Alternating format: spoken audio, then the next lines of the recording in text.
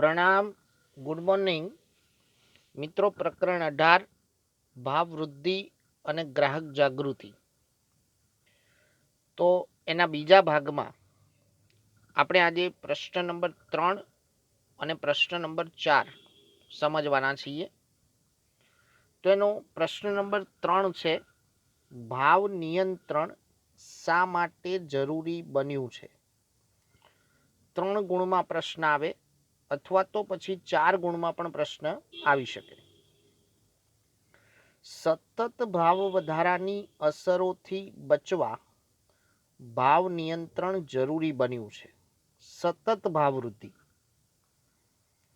ભાવ વધારાની અસરો, આપણે પહેલા એની અસરો જોઈએ, ત્યાર પછી એ પણ સમજીએ કે શા માટે ભાવ નિયંત્રણ જરૂરી છે. તો ભાવ વધારાને લીધે સરકારના ખર્ચા વધે છે, તેથી તેને ખાદ્ય પુરવણીનો આશરો લેવો પડે, ખોટને પૂરવી પડે. પરિણામે નાણાંનો પુરવઠો વધતા ભાવ વૃદ્ધિ સર્જાય છે. કેમ કે ખાદ્ય પુરવણી માટે સરકાર રિઝર્વ બેંક પાસેથી વધુ નાણાં મેળવશે અને ત્યારે અર્થતંત્રમાં નાણાંનો પુરવઠો વધી જાય. ભાવ વધારાથી લોકોની બચત શક્તિ ઘટે છે, મૂડીની બચત ના થઈ શકે. પરિણામે મૂડીરોકાણો માટે બચતો મળતી નથી, નવું મૂડીરોકાણ થાય નહીં અર્થતંત્રમાં. પરિણામ સ્વરૂપે મૂડીરોકાણનું પ્રમાણ ઘટશે, અર્થતંત્રમાં મૂડીરોકાણ ઘટી જાય. આવશ્યક ચીજવસ્તુઓનું ઉત્પાદન ઘટતું જાય. મૂડીની તંગીના કારણે નવા ઉદ્યોગો કે ધંધાઓ અને રોજગાર શરૂ કરી શકાતા નથી. મિત્રો, હાલમાં આપણે સૌ જે પરિસ્થિતિનો સામનો કરી રહ્યા છીએ, વૈશ્વિક મહામંદીની અસર છે, કોરોના મહાસંકટમાં. તો હાલમાં મૂડીની અછતના પરિણામે નવા ઉદ્યોગો કે ધંધા રોજગાર શરૂ ના થાય, આવશ્યક ચીજવસ્તુનું ઉત્પાદન ઘટી જાય.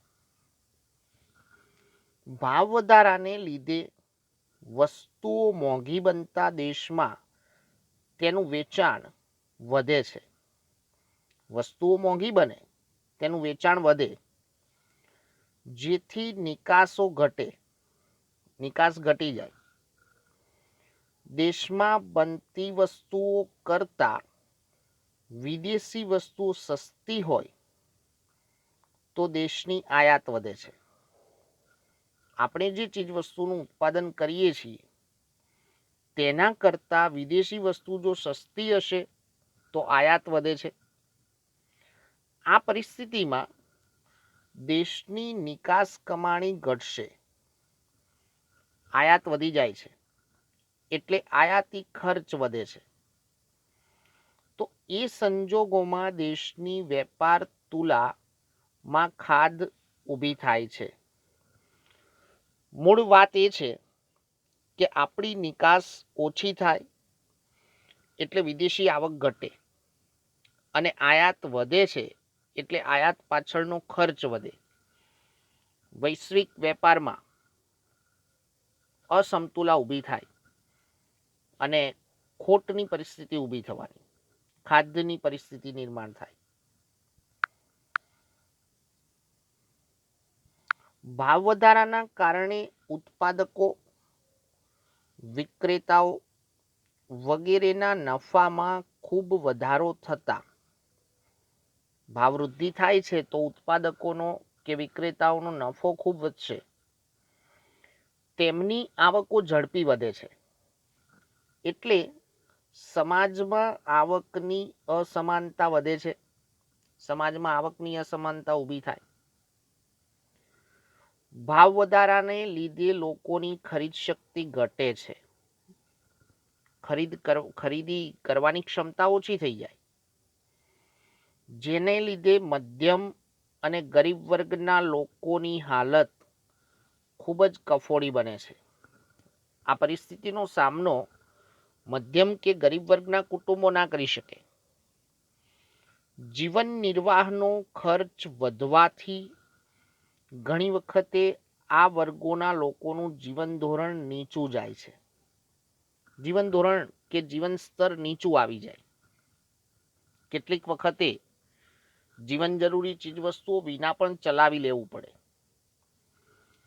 દેશમાં વિદેશી મૂડીરોકાણ પણ ઘટે છે. આયાતી વસ્તુઓમાં વધારો થશે.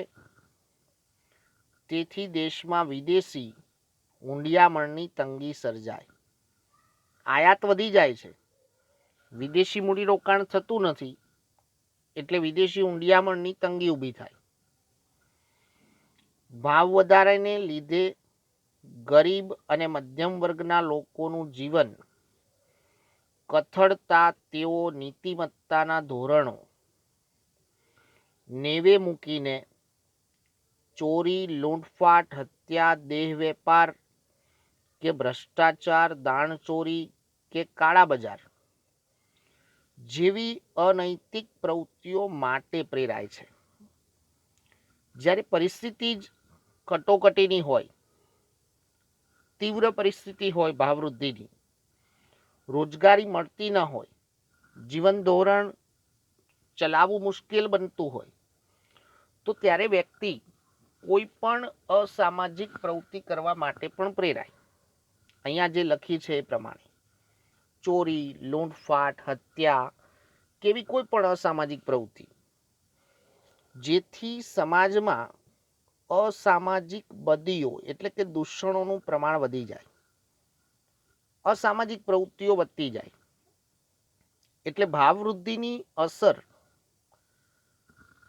એનું પરિણામ બહુ જ ખરાબ છે. માટે ભાવવૃદ્ધિ નિયંત્રણમાં હોવી એ જરૂરી છે. આપણે આ પ્રમાણે પરીક્ષામાં મુદ્દાઓ સમજાવવા પડે. હવે જોઈએ પ્રશ્ન નંબર 4. ભાવ નિયંત્રણ માટેના મુખ્ય ઉપાયોની સમીક્ષા કરો. વિસ્તૃત પ્રશ્ન આવે.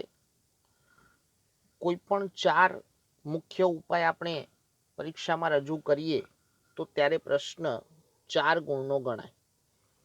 એટલે વિસ્તૃત પ્રશ્ન તરીકે જ પૂછાય, અથવા કોઈ એકાદ મુદ્દો આવે તો પછી એ 2 ગુણનો હોય. તો પહેલો ઉપાય જોઈએ નાણાકીય પગલાં. કેમ કે અગાઉ આપણે વાત કરી હતી કે ભાવવૃદ્ધિ થવાનું એક મૂળભૂત કારણ અર્થતંત્રમાં જ્યારે નાણાંનો પુરવઠો વધી જાય છે ત્યારે. એટલે પ્રથમ ઉપાય આપણે એ જોઈએ કે ભારતની મધ્યસ્થ bank reserve bank of India RBI નાણાંનો પુરવઠો ઘટાડે છે ભાવવૃદ્ધિની પરિસ્થિતિમાં, ભાવ નિયંત્રણ કરવા માટે, જેથી લોકોની ખર્ચ કરવાની પ્રવૃત્તિ ઉપર અંકુશ આવે. ખર્ચ કરવાની પ્રવૃત્તિઓ અંકુશમાં મુકાય. વસ્તુની માંગ ઘટતા તેની કિંમતોમાં આપોઆપ ક્રમશઃ ઘટાડો થાય. સીધી સમજાય એવી વાત છે કે રિઝર્વ બેંક જ્યારે નાણાંનો પુરવઠો ઘટાડે તો ત્યારે લોકોની ખર્ચ કરવાની ક્ષમતા ઘટે છે. માંગ ઘટે એટલે કિંમત શું થવાની? ઘટવાની. મધ્યસ્થ બેંક આરબીઆઈ બેંક ધિરાણ નીતિ અન્વયે વ્યાજના દર વધારી દેશે. આપણને સૌને બેંક જે ધિરાણ આપે છે એ ધિરાણ ઉપરના દર વધી જાય. ભાવવૃદ્ધિ જ્યારે થઈ હોય તો ત્યારે એને નિયંત્રણમાં લેવા, જેથી લોન કે ધિરાણ મોંઘું બનતા મૂડીરોકાણ ઘટે. આપણે મોટરકાર લેવી છે, જો વ્યાજદર ઊંચો હોય તો આપણે મોટરકાર નથી લેવાના. આપણે હોમ લોન લેવી છે, જો વ્યાજદર ઊંચો હોય તો આપણે હોમ લોન લેવાનું થોડું ડિલે કરીશું. પરિણામે અર્થતંત્રમાં સટ્ટાકીય પ્રવૃત્તિઓ ઓછી થઈ જાય, તેમજ નફાખોરી પણ અંકુશિત બની જાય. મૂડીના અભાવે મૂડી નહીં હોય તો સટ્ટાલક્ષી પ્રવૃત્તિઓ કે નફાખોરી પ્રવૃત્તિઓ થશે નહીં.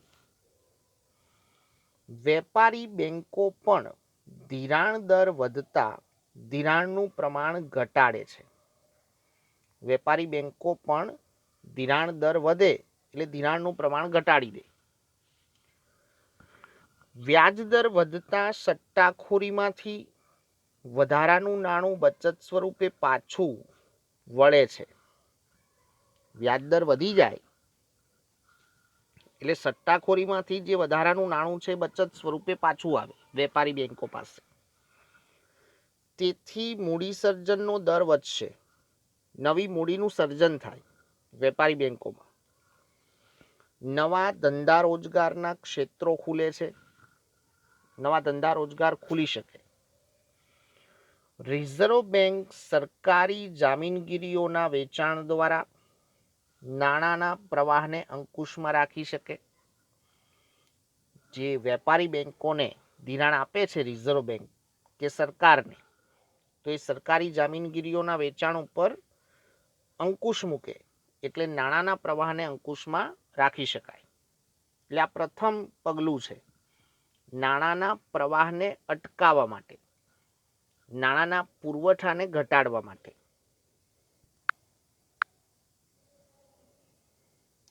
બીજો મુદ્દો છે રાજકોષીય પગલાં. કેટલીક ચોક્કસ બાબતોમાં સુધારણા કરવા પડે એવા કેટલાક ચોક્કસ રાજકોષીય નિર્ણયો લેવા પડે.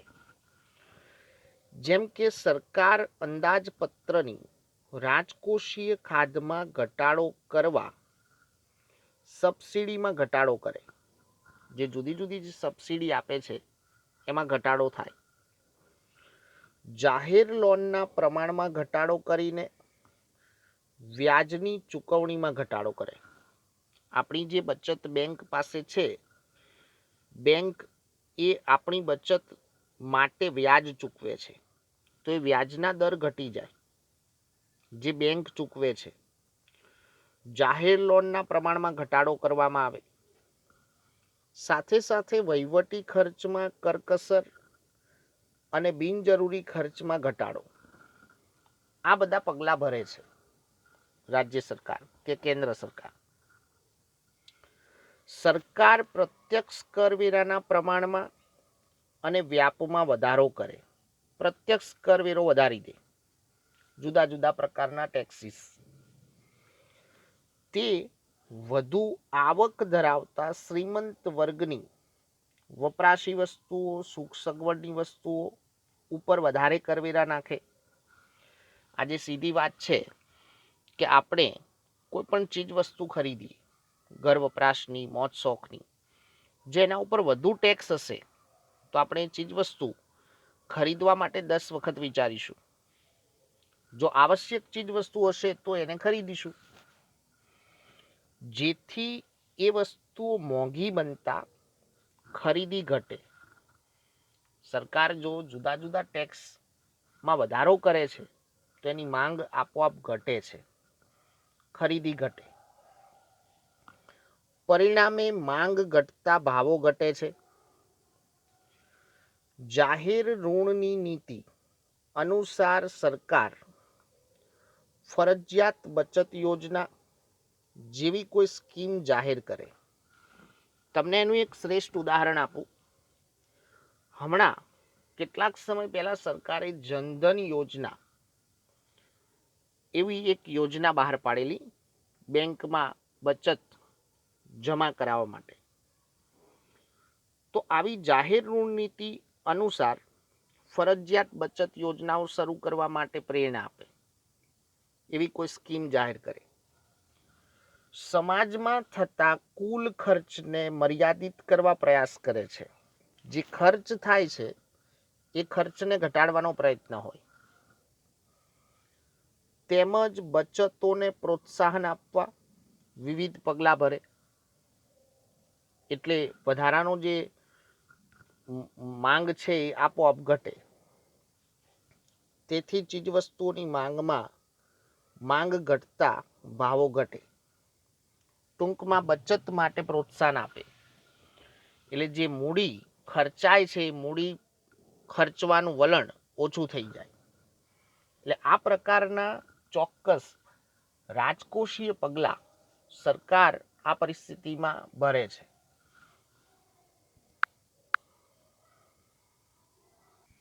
ત્રીજો ઉપાય છે મૂડીરોકાણ પર અંકુશ. ભાવવૃદ્ધિને નિયંત્રણમાં લેવા મૂડીરોકાણ ઉપર અંકુશ મૂકવામાં આવે. કેવી રીતે? તો બિનજરૂરી અને શ્રીમંત વર્ગની મોજ શોખની વસ્તુઓ પાછળ મૂડીરોકાણ ઘટે તે માટે સરકાર લાયસન્સ કે પરવાના પદ્ધતિ અમલમાં મૂકે છે. જે એકમો મોજ શોખની ચીજવસ્તુઓનું ઉત્પાદન કરતા હોય તો એ એકમોના મૂડીરોકાણ ઘટાડવા માટે સરકાર કોઈ ચોક્કસ લાયસન્સ પરવાના પદ્ધતિ અમલમાં મૂકે અને કૃષિ અને ઉદ્યોગોના ઉત્પાદનો વધે એવા મૂડીરોકાણને ઉત્તેજન આપે. કૃષિ સાથે જોડાયેલા એવા ઉદ્યોગોને વધુ પ્રોત્સાહન આપશે.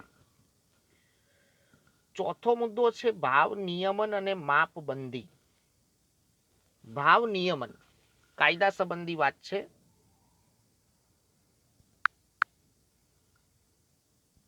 તો સમાજના ગરીબી રેખાથી નીચે જીવતા લોકો, ગરીબી રેખાથી નીચે જીવતા લોકો એટલે બીપીએલ, બિલો પોવર્ટી લાઈન, અને આર્થિક દ્રષ્ટિએ નબળા વર્ગના લોકોને અનાજ, ખાંડ, કઠોળ, કેરોસીન, ખાદ્યતેલ, સાબુ જેવી આવશ્યક વસ્તુ વ્યાજબી ભાવે પૂરી પાડવા જાહેર વિતરણ પ્રણાલી પીડીએસ પબ્લિક ડિસ્ટ્રીબ્યુશન સર્વિસ હેઠળ સસ્તા અનાજની કે વ્યાજબી ભાવની દુકાનો એફપીએસએસ ખોલવામાં આવે છે. સસ્તા અનાજની દુકાનો કે જ્યાં બીપીએલ વર્ગને અને આર્થિક રીતે જેમની સ્થિતિ નબળી હોય એમને આવશ્યક ચીજ વસ્તુઓ સસ્તા અને વ્યાજબી ભાવ સપાટીએ મળી શકે. આવી એક વ્યવસ્થા છે કેન્દ્ર સરકારની દેખરેખ નીચે. ઉત્પાદકો અને વેપારીઓ સંગ્રહખોરી દ્વારા ચીજવસ્તુની કૃત્રિમ અછત ઊભી કરી અને કાળા બજાર કરી મન ફાવે તેમ ભાવ વધારો કરે છે. મન ફાવે તેમ ભાવ વૃદ્ધિ કરે છે કૃત્રિમ અછત દ્વારા, કાળા બજાર દ્વારા. તેના પર જાહેર વિતરણ પ્રણાલી અંકુશ લાવે છે. એટલે કાળા બજાર અને કૃત્રિમ અછતને અંકુશમાં લાવવા માટેનું આ એક હકારાત્મક પગલું છે. ભાવ વધારાની પરિસ્થિતિમાં ગરીબ વર્ગના લોકોના જીવન ધોરણને ટકાવી રાખવામાં જાહેર વિતરણ પ્રણાલી પીડીએસ એક આશીર્વાદરૂપ બની છે. એટલે આવો એક ઉપાય પણ કેન્દ્ર સરકાર દ્વારા કરવામાં આવે છે.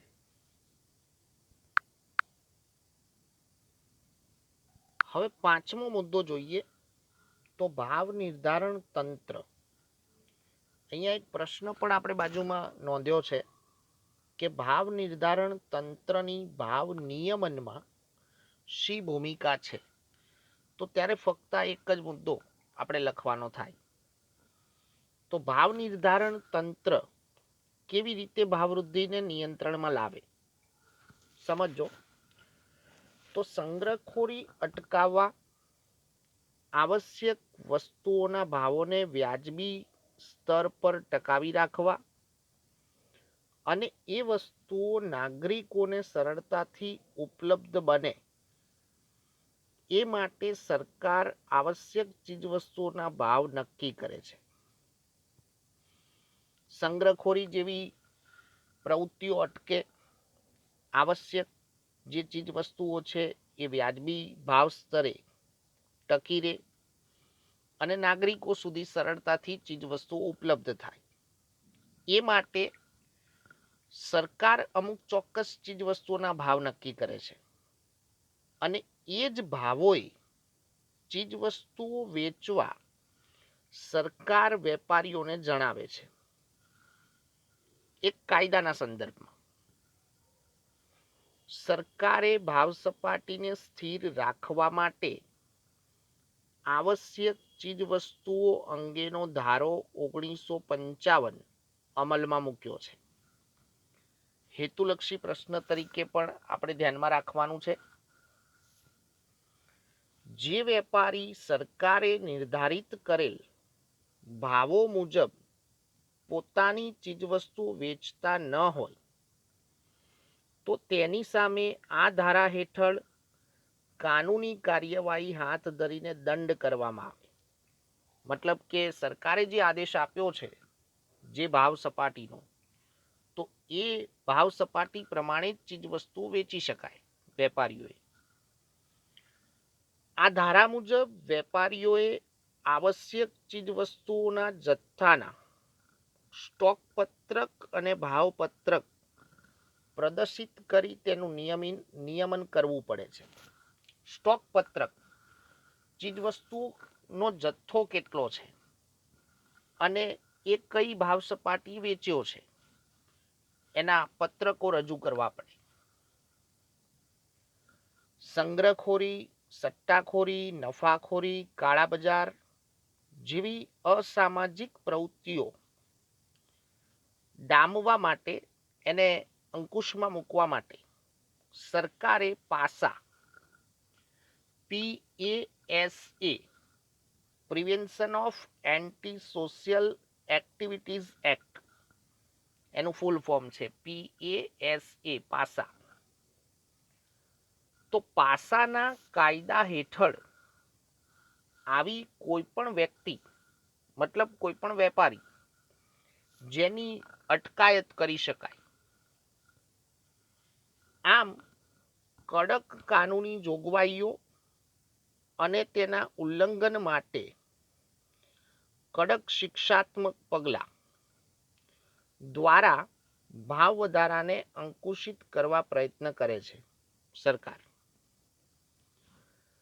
અત્યાર સુધી સરકારે ઘણી બધી આવશ્યક ચીજવસ્તુ અંગેના ધારા હેઠળ સમાવિષ્ટ કરેલી છે. જેમ કે ડુંગળી, ચોખા, કપાસ, સિમેન્ટ, ખાદ્ય તેલ, પેટ્રોલ, ડીઝલ, રાંધણ ગેસ, કેરોસીન, ખાંડ, એલ્યુમિનિયમ, લોખંડ પોલાદ, રેલવે નૂર, રેલ ભાડા, કેટલીક જીવનરક્ષક દવાઓ એ પણ હવે તો સમાવેશ થઈ છે. તો આ બધી જ ચીજવસ્તુઓ જે ભાવ નિર્ધારણ તંત્ર દ્વારા એની ભાવ સપાટી સરકાર નક્કી કરે છે. એટલે જો એક ગુણના પ્રશ્નમાં પૂછાય કે અત્યાર સુધી સરકારે કઈ ચીજવસ્તુઓને ભાવ નિર્ધારણ તંત્ર હેઠળ સામેલ કરેલી છે, તો ત્યારે આ બધી ચીજવસ્તુઓ આપણે લખવાની થાય. તો મિત્રો, આજના તાસમાં આપણે બે પ્રશ્નો જોયા. ભાવ વૃદ્ધિ એટલે કે ભાવ વધારાને નિયંત્રણમાં લેવાના ઉપાયો, અને ભાવ વૃદ્ધિ, ભાવ નિયમન શા માટે જરૂરી છે. જે બંને પ્રશ્નો તમારે નોટબુકમાં લખવાના છે અને એને સમજવાના છે. અસ્તુ, પ્રણામ.